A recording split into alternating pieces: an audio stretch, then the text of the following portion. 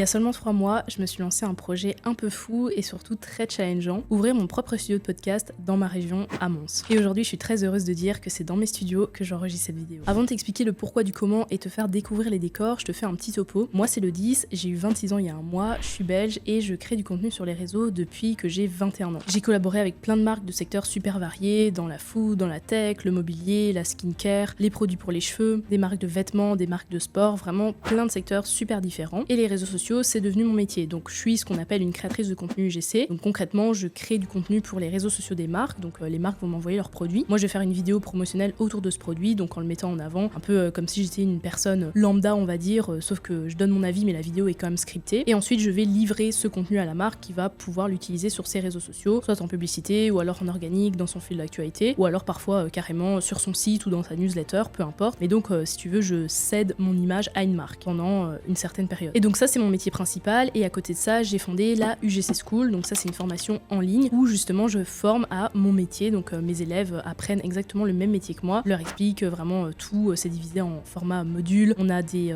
accompagnements avec des coachings et des lives plusieurs fois par mois. Et aujourd'hui, on comptabilise plus de 260 élèves, ce qui est juste dingue. Et j'ai aussi un podcast qui s'appelle Coulisses d'une créatrice, dans lequel je partage mon quotidien de créatrice de contenu et d'entrepreneur. Bref, tu l'as compris, moi mon truc c'est les business en ligne. Donc comment est-ce que je me suis retrouvée à ouvrir un business physique en l'espace de 3 mois? C'est justement ce que je vais te raconter dans cette vidéo. Donc j'ai divisé cette vidéo en 3 parties pour que ce soit structuré et que je parte pas dans tous les sens. Donc on va parler du pourquoi, du comment et de la mission du studio, donc à qui c'est destiné, etc. Donc le pourquoi j'ai ouvert ce studio, il est super simple. Donc comme je te l'ai dit, j'adore créer du contenu depuis toujours quasiment. Depuis que j'ai 21 ans, je crée du contenu sur les réseaux sociaux. Donc au début, j'étais community manager salarié, je suis restée salariée pendant 1 an et après je suis partie à mon compte et j'ai eu mes clients en freelance. C'est aussi à ce moment-là que j'ai commencé à collaborer avec des marques. Donc là, c'était des vidéos que je tournais avec mon téléphone, très simplement, en format Reels, en format TikTok. Je tournais pas du tout en studio, c'était des vidéos que je faisais chez moi. Je recevais les produits des marques et je faisais les vidéos, je leur envoyais ou alors je les postais sur mes réseaux quand je faisais de la nano-influence. Et en fait, c'est à partir du moment où j'ai commencé à parler de mon métier sur les réseaux sociaux, notamment sur TikTok, j'ai commencé à parler du fait que je faisais de l'UGC, que c'était un métier qui existait et qui n'était pas encore très connu en France et en Belgique. C'est quand j'ai commencé à parler de ça qu'en fait j'ai eu plein de questions sur TikTok, plein de personnes qui me demandaient mais c'est quoi l'UGC? Je pensais que c'était le cinéma parce que en France UGC c'est cinéma, enfin bref, il y avait cette petite confusion et j'expliquais, je faisais des TikTok, des vlogs sur mes journées, ce que je faisais pour les marques, avec quelles marques je travaillais, etc.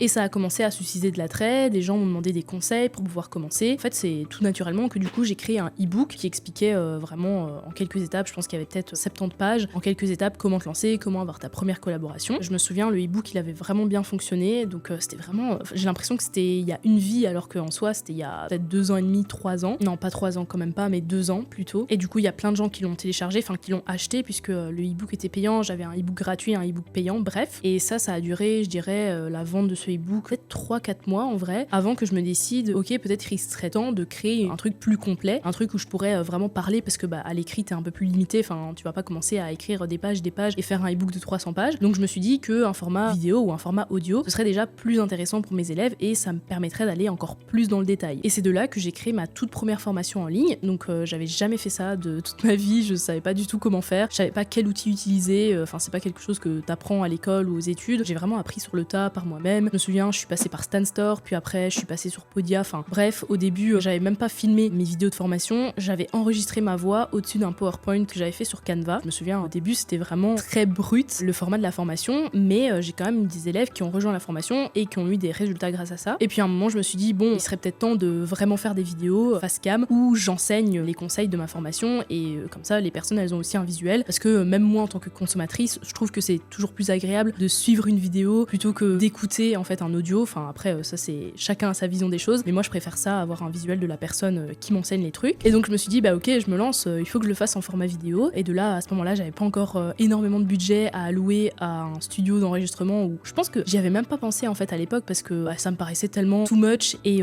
disproportionné par rapport au budget que j'avais actuellement. Donc ce que j'ai fait, j'avais réservé une salle dans le Van der Valk. Donc pour ceux qui connaissent Mons un petit peu, enfin Van der Valk c'est une chaîne d'hôtels à Mons et en fait ils ont des salles où tu peux faire des réunions, des meetings, des choses comme ça. Et j'avais réservé une salle là-dedans où j'avais filmé en fait tous mes contenus avec mon iPhone, je crois que c'était un iPhone 11 ou iPhone 12 à l'époque. Et là ça s'était plus ou moins bien passé, enfin j'avais tourné mes vidéos moi-même, j'avais mon petit trépied, mon téléphone et tout. C'était hyper mal insonorisé, la luminosité c'était n'importe quoi parce que tout était vitré et du coup t'avais vraiment le soleil dans ta face, je voyais rien, le soleil il se levait et puis il se recouchait, il se cachait avec les nuages, donc la luminosité elle changeait tout le temps et c'était pas comme un studio où tu vois la luminosité elle change jamais puisque les fenêtres elles sont condamnées et du coup t'as de la lumière artificielle. Là non, c'était vraiment hyper changeant. C'est vrai qu'au niveau de la qualité, enfin c'était mieux parce qu'il y avait mon visage et donc les gens, mes élèves, ils pouvaient vraiment mettre un visage sur mon nom, mais c'est vrai que c'était pas la qualité la plus incroyable du monde, je vais dire, mais c'est pas grave, j'ai fait ma mise à jour de la formation, j'en avais profité pour ajouter des contenus et tout. Les élèves étaient contentes. Je crois que c'est peut-être après 6 mois plus tard, j'ai commencé à avoir un petit peu plus d'élèves et donc là je me suis dit ok,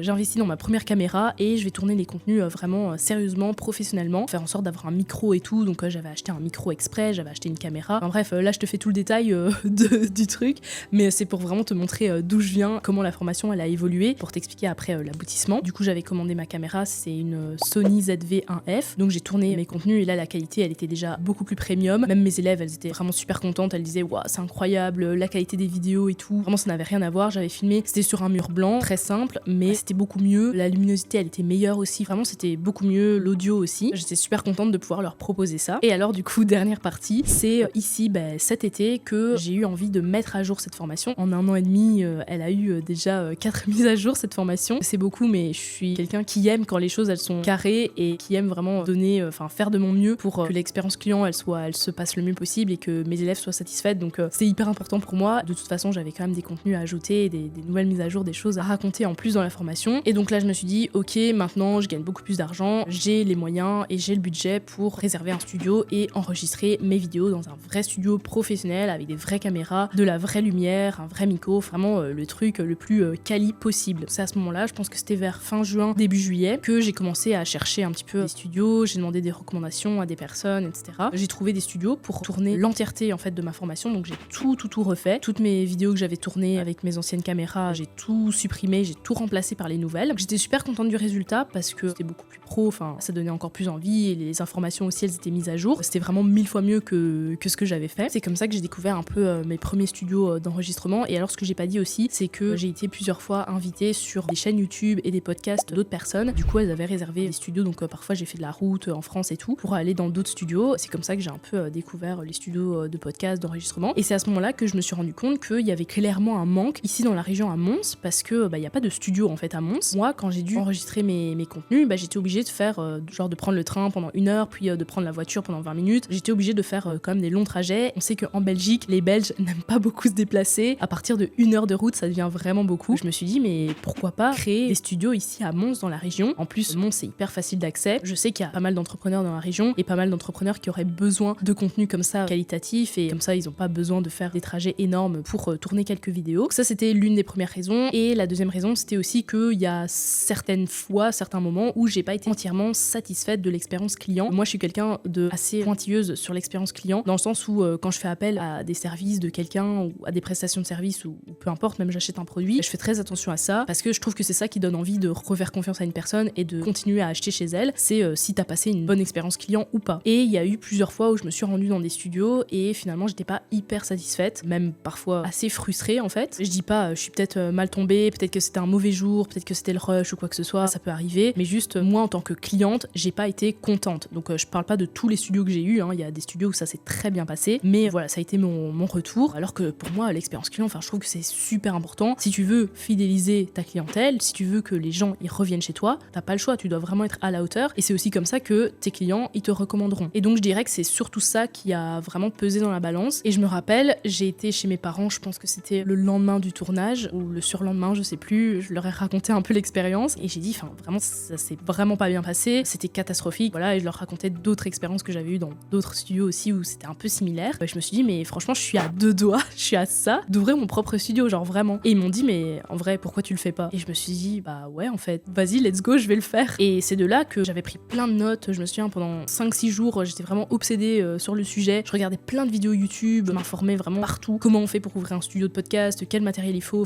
vraiment tout pour avoir le plus d'infos le plus rapidement possible quoi. Et alors évidemment je me doutais que ça allait pas se faire en un claquement de doigts, que j'allais devoir bosser, que j'allais devoir faire peut-être des sacrifices, bosser encore plus tard le soir parce que j'avais aussi ma formation et l'UGC à côté, bref, quand je regardais mes notes je me disais mais en fait c'est pas si compliqué que ça, vrai il y a moyen. Moi il y a une phrase qui me drive beaucoup, c'est t'es capable de tout à partir du moment où tu t'en donnes les moyens. Donc ça veut pas dire que ça va être facile, mais ça veut dire que c'est possible. Et à partir de ce moment moment-là, je me suis dit, ok, en fait, vas-y, fonce, fais-le. Et je me suis dit, au pire, j'ai rien à perdre. Je dois quand même tourner beaucoup de contenu. Je tourne souvent des contenus, que ce soit pour mes réseaux sociaux, pour ma formation, pour des événements. Parfois, je fais des challenges, des choses comme ça. Je me suis dit, en soi, au pire, j'aurais des bureaux et je pourrais enregistrer mes vidéos. Voilà, c'est pas grave. Et donc, ça, c'est vraiment les raisons pour lesquelles j'ai voulu ouvrir ce studio et pour lesquelles je me suis lancée dans ce projet. Maintenant, je vais passer à la partie comment. Donc, comment j'ai trouvé les studios, comment j'ai acheté le matériel et tout ça. Enfin, voilà. En fait, le comment, c'est aussi super simple parce que déjà, la première chose à laquelle j'ai pensé, j'avais noté dans mon espace Notion et tout les différents types de matériel dont j'avais besoin, mais la première chose à laquelle j'ai pensé, c'est le lieu, genre la localisation. Donc je savais que je voulais que ce soit dans la région de Mons, mais la première chose qui m'est venue en tête, en fait, c'est le boulevard Initialis. Le boulevard Initialis, pour ceux qui connaissent un petit peu, c'est un genre de zoning où t'as plusieurs entreprises. C'est des entreprises dans la technologie, et je m'étais dit, s'il y a quelqu'un qui loue des bureaux là-bas, c'est vraiment l'endroit où il faut être, parce que c'est proche des grands axes, t'as le boulevard Initialis, et genre t'as un rond-point, et à 100 mètres, tu prends l'autoroute, et voilà, tu repars sur l'autoroute. Donc quelqu'un qui vient de Saint-Guilain, quelqu'un qui vient de Jemap, quelqu'un qui vient de Maubeuge, j'en sais rien, il peut venir très très facilement au studio, il doit pas commencer à se faire chier à prendre des petites routes ou quoi. C'est hyper facile pour se garer aussi, t'as plein de parkings, enfin c'est parking gratuit et tout, et même s'il y avait pas de parking en soi, il y a le Ikea juste derrière, t'as toujours de la place quoi. Bref, pour arriver au studio, tu fais 200 mètres et t'y es quoi. Parking gratuit, ça c'était sûr, parce que pour ceux qui connaissent un peu la ville de Mons, c'est très bien le centre, enfin moi j'adore le centre-ville etc,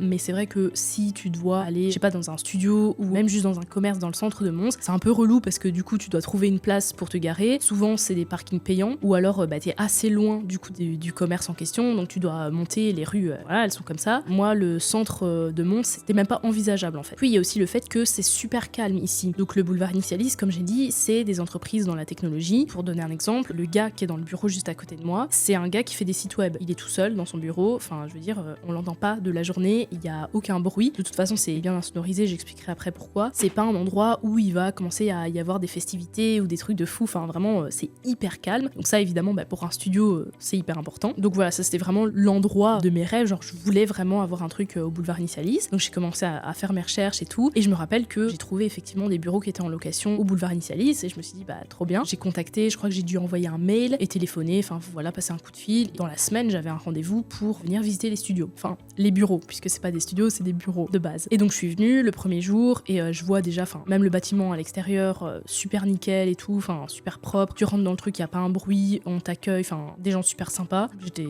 déjà super contente. J'ai eu un premier rendez-vous avec la personne responsable de ça, et donc elle m'a posé quelques petites questions sur l'activité que je voulais ouvrir, sur un petit peu comment j'allais faire ma stratégie marketing. Ils veulent vraiment faire en sorte que les studios qui vont te mettre à disposition, ils soient vraiment adaptés pour ton activité, tu vois, et que vraiment tu trouves le lieu qui te correspond. Donc ça j'ai bien aimé aussi l'approche. Et ensuite du coup après cette petite interview on va dire de 10-15 minutes, on est monté, on a été voir les bureaux, donc il y en avait plusieurs. Moi j'étais la première à visiter, donc il y a eu une grosse rénovation sur toute une partie des bureaux au premier étage. Quand je dis rénover, ils sont vraiment nickel, genre tous les murs ont été repeints. Je pense aussi qu'il y a genre les châssis qui ont été refaits, peut-être aussi l'évacuation de l'air et tout, enfin le chauffage par le sol, enfin tout avait été refait. Donc j'avais vraiment le choix, je crois il y avait 5 ou 6 bureaux à ma dispo, et du coup moi j'en ai choisi 2. Donc à ce moment-là, enfin j'ai fait mes petites photos et tout, mais dans ma tête genre je savais que j'allais signer, mais j'ai dit voilà, je vais réfléchir et tout, je vais revenir vers vous, mais assez rapidement. Je suis rentrée chez moi, j'ai regardé les photos, j'ai fait les calculs et tout avec le budget et tout, et je me suis dit enfin c'est là que je veux mes bureaux quoi, clairement. Et du coup à ce moment-là j'ai validé, j'ai envoyé un mail, on s'est revu une deuxième fois, et là c'était bon, j'avais signé, j'avais les bureaux. Donc à partir de ce moment-là, j'ai commencé à acheter tout le matériel, donc tout ce qui était caméra, micro, lumière, tous les décors aussi. Donc j'ai commencé à imaginer les décors, même si c'est vrai que je les avais un peu avant. J'avoue, j'ai vraiment cherché des entreprises qui fournissaient des meubles et tout exactement comme je le voulais, parce que je voulais pas lésiner sur la qualité, genre je voulais pas aller chez Ikea et tout acheter chez Ikea. J'ai cherché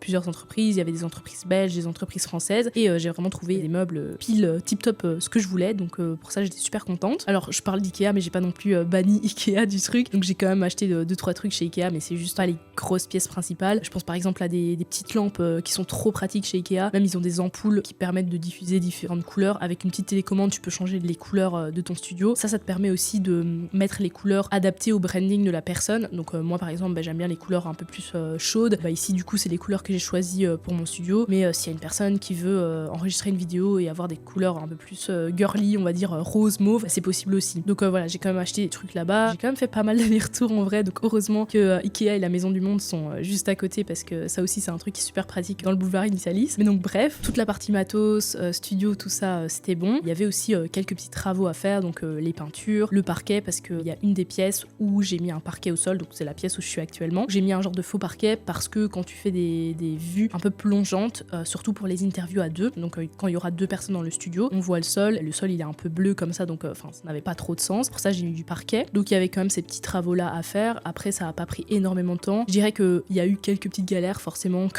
comme toujours, et en vrai j'ai une anecdote par rapport à ça, par rapport aux peintures. J'en avais parlé dans mon épisode de podcast. En fait, quand j'ai peint le mur en noir, donc il y a un des murs que j'ai peint en noir pour les décors un peu plus sombres et caractériels, un peu plus masculins, même si les filles peuvent tourner dedans aussi, hein. Moi j'aime bien tourner dedans aussi, mais donc bref, il y a un des murs que j'ai peint en noir, et le gars savait pas me fournir un pot de 2 litres, puisqu'il y avait que des pots de 2 litres et demi, et donc le gars m'a fait 2 fois 1 litre, sauf que avec ma mère, quand on a commencé à peindre, parce que c'est ma mère qui m'a appris à peindre, on a commencé, et puis on avait quasiment terminé, on avait fait 1 couche et demie, il restait la dernière moitié du mur, et là on ouvre le deuxième pot parce qu'on a besoin de rajouter de la couleur, et en fait on voit que c'est pas la même couleur. Genre le gars il nous avait mis un pot de noir et un pot de gris foncé, sauf que ça se voyait, enfin tu pouvais pas terminer le mur avec du gris foncé. Donc là je me souviens quand j'ai vu ça, j'ai un peu paniqué parce que j'étais déjà un peu en retard dans les délais. Je voulais ouvrir le studio début octobre, et là on était déjà le 5 ou le 6, c'était après mon anniversaire, et on a vu ça le samedi, et le samedi justement ils étaient fermés, et moi le lundi je partais en voyage pendant toute la semaine, donc c'était même pas possible d'aller les voir, enfin de leur demander de changer de pot et de faire ça le dimanche ou quoi que ce soit, enfin c'était juste horrible quoi. Enfin à ce moment-là j'ai vraiment paniqué, parce que je sais pas si t'as déjà peint, mais quand tu peins tu peux pas laisser ton mur comme ça pendant une semaine et puis te barrer et puis reprendre ta peinture, même si c'est une peinture, pour ceux qui connaissent, Sigma Perfect, donc en gros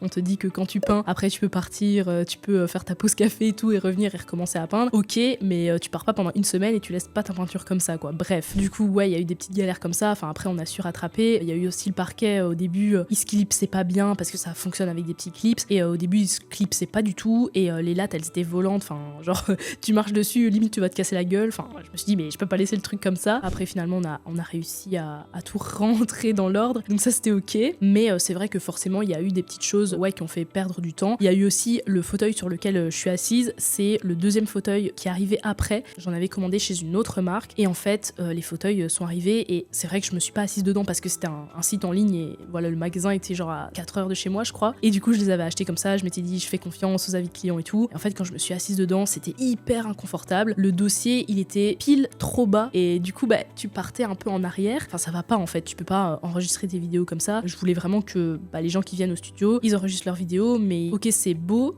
genre le rendu est beau, mais ils sont aussi à l'aise, enfin je veux dire c'est déjà pas facile de tourner des vidéos et d'être face à la caméra, alors si en plus t'ajoutes de l'inconfort, voilà ça va pas du tout. Ceux-là je les ai renvoyés, donc ça aussi ça a pris du temps parce qu'après il a fallu que je trouve ceux-là et que je les remplace, donc les commander, le temps qu'ils arrivent et tout parce qu'ils étaient pas de stock au magasin, enfin bref, tous des trucs comme ça qui ont un peu retardé l'ouverture du studio, mais finalement j'ai quand même réussi à l'ouvrir au mois d'octobre, donc ça va, je suis quand même contente. Donc ouais ça c'est pour la partie comment. Après il y a évidemment toute la partie stratégie commerciale, je vais pas en parler, enfin je vais pas m'étaler là-dessus, mais en gros je vais faire une stratégie commerciale avec 2 axes, donc une partie en ligne et une partie physique, donc une partie physique où je vais aller voir des gens, enfin genre en physique, en réel dans la région de Mons et les alentours, et une partie en ligne où je vais faire la plupart de la communication sur Instagram, sur LinkedIn et avec des Facebook Ads. Cette partie là voilà ça va pas être très compliqué pour moi parce que comme je l'ai dit, enfin moi les réseaux sociaux j'adore ça, je suis là-dedans depuis un moment maintenant, et oui certes vendre un business physique, enfin des prestations en physique c'est différent que vendre une formation en ligne par exemple, mais je pense qu'il y a vraiment moyen d'adapter, et pour ça me fait pas trop peur. Ici j'ai déjà lancé le compte Instagram, j'ai déjà plein d'idées qui fusent de contenu et tout, il y a bientôt des ads qui vont sortir, donc ça va être cool. Et alors pour la partie physique c'est par exemple aller dans des business clubs, organiser des événements, des séminaires, des choses qui vont faire que les gens de la région s'intéressent et que les gens se rendent compte que ok ouais il y a un studio à Mons, si j'ai envie de tourner des vidéos professionnelles et qualitatives,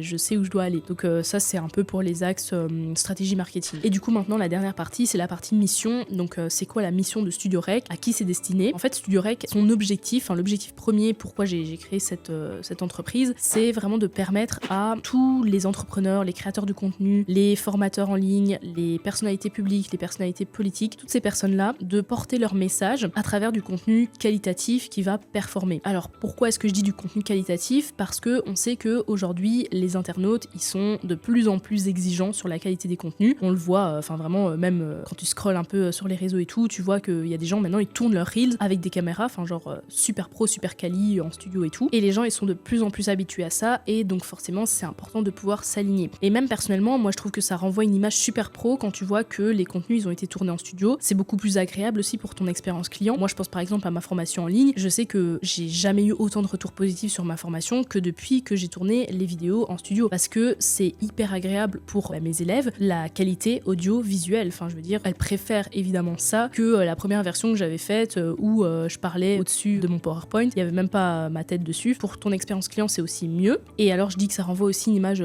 plus professionnelle. Évidemment, il faut que tu sois professionnel sur tous les aspects, hein. C'est pas juste parce que tu vas créer des vidéos en studio que tout va rouler comme par magie. Si ton business il pue la merde, bah voilà. Je vais peut-être couper ça.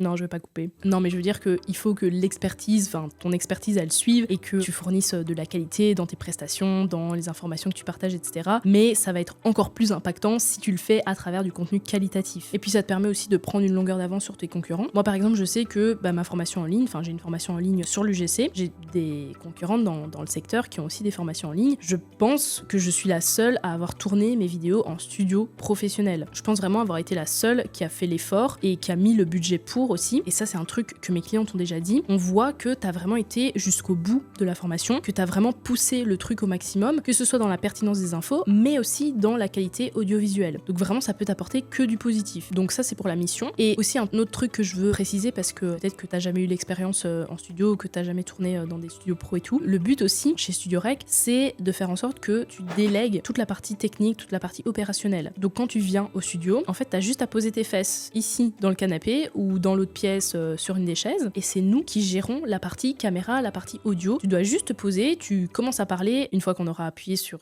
Rec évidemment, le setup des décors, le setup de la lumière, le setup de la caméra, de l'audio, vérifier si l'audio fonctionne bien, tout ça toi tu dois pas t'en occuper, c'est vraiment tu délègues tout ça, c'est nous qui nous en chargeons et c'est nous qui faisons en sorte que tu aies tes contenus qui soient quali et que tout soit bien centré, que tout soit bien dans le cadre et tout. Parce que je sais que ça aussi ça peut être un peu difficile, surtout quand on n'a pas forcément l'habitude de tourner des vidéos et des contenus en ligne, c'est de gérer tout ce qui est partie technique. Parce que c'est déjà un effort de ouf de se mettre derrière une caméra, de parler tout seul, genre c'est pas quelque chose de naturel. C'est pas naturel de poser même ton téléphone, même poser un trépied et commencer à parler devant ton téléphone et qu'il y a personne derrière toi. Enfin, c'est pas quelque chose de naturel, de commun. Donc cette partie-là est déjà assez difficile. Donc si on t'ajoute la technique, ça va être encore plus dur pour toi de tourner les vidéos. C'est pour ça que toute cette partie-là, c'est vraiment pas toi qui t'en charge. Et c'est vraiment une sérénité d'esprit que je voulais offrir à mes clients pour que toi, t'aies que à te concentrer sur ce que tu dis dans ta vidéo. Vraiment, c'est le seul truc sur lequel tu dois te concentrer. Maintenant, au niveau des décors, parce que ça aussi c'est important, il y en a 3 actuellement. Donc je dis 3 actuellement parce qu'il y en aura 4 en fait au total. Chez Studio Rec, tu auras 4 décors différents dans lesquels tu pourras tourner. Donc le 4e décor devait être là à l'ouverture, mais malheureusement il y a des retards dans les livraisons. Pour t'expliquer un petit peu, en gros c'est à cause du conflit israélo-palestinien. Il y a des bombardements sur les navires ou quoi. Enfin, en gros le navire doit prendre un autre chemin. Enfin, c'est ce qu'on m'a expliqué par mail et je sais que c'est vrai parce que je connais des personnes qui ont travaillé dans la vente. Enfin voilà. Et les fauteuils, donc ce sera des fauteuils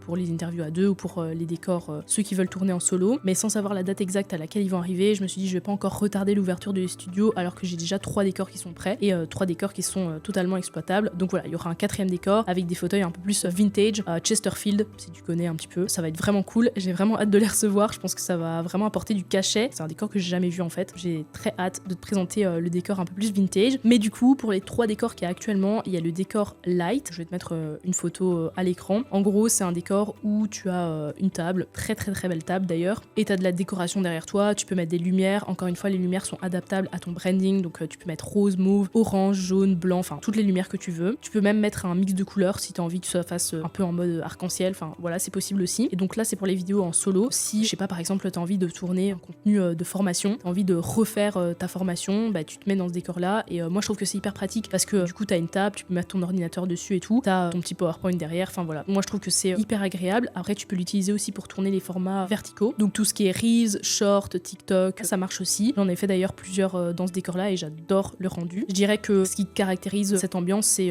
elle est chaleureuse mais en même temps elle est professionnelle. Voilà, c'est hyper agréable de tourner dans ce décor là. Ensuite, tu as le décor dark. Donc là, le décor dark, c'est avec le mur que je racontais tout à l'heure, le mur que j'ai peint en noir. Là, le décor, il est un peu plus sombre du coup, puisque c'est une couleur noire, plus je dirais caractériel. Peut-être que c'est plus masculin, alors il n'y a pas de différence à ce niveau-là. Enfin, moi j'ai tourné plein de vidéos dans ce décor-là. L'entièreté de ma formation, je l'ai tourné dans un décor un peu plus sombre comme celui-là, et j'aime beaucoup. Mais il y a certaines personnes qui trouvent que c'est un peu plus masculin, donc voilà, ça c'est à toi de choisir ce que tu préfères. Et donc t'as une chaise en velours verte qui revient un peu sur les côtés, et donc on voit un petit peu. Donc je trouve que ça fait une ambiance très pro, très quali, mais qui reste un peu sombre. Et pareil, là aussi on peut adapter les lumières à ton branding, donc si tu veux du rouge, du jaune, du orange, enfin. Et donc là c'est pour des vidéos en solo aussi. Et alors tu as le décor cloud. Donc le décor cloud, c'est celui où je tourne actuellement. Donc ce décor-ci, tu peux soit tourner en solo ou alors en duo pour les vidéos plus interview, pour les podcasts à deux. On peut vraiment faire le décor. Enfin, c'est pour ça qu'il y a deux fauteuils. Il y en a un là juste à côté de moi. Tu peux aussi tourner en solo si tu veux tourner des vidéos comme je le fais actuellement. Que ce soit des formats horizontaux, mais aussi des formats verticaux. Donc ça c'est pour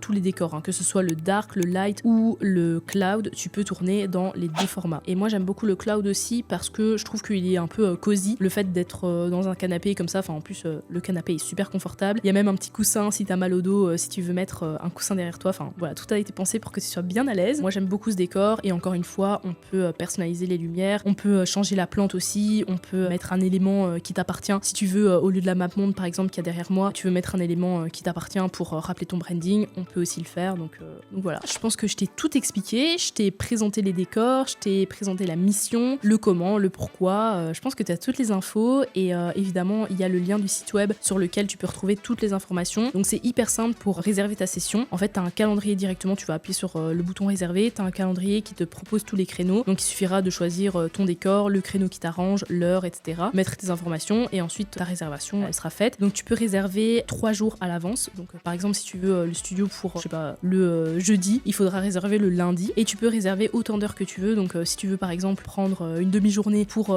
tourner tous tes reels du mois par exemple, tu peux. Si tu préfères faire par créneau de 1 heure et revenir plusieurs fois parce que t'habites pas loin, tu peux aussi. Donc ça c'est vraiment toi qui vois. Les créneaux sont assez variés, donc on est ouvert aussi le samedi, juste pas le dimanche, mais du lundi au samedi c'est ouvert, donc voilà. Du coup je vais m'arrêter ici pour cette première vidéo. J'espère que ça t'a plu de connaître un peu plus les coulisses de Studio Rec. L'objectif à l'avenir de cette chaîne, ce serait de pouvoir discuter avec d'autres personnes, des créateurs de contenu, des entrepreneurs, des personnalités politiques, des gens inspirants de la région, et pouvoir aborder des sujets hyper variés. Donc pense à t'abonner pour être aux premières loges de tout ça.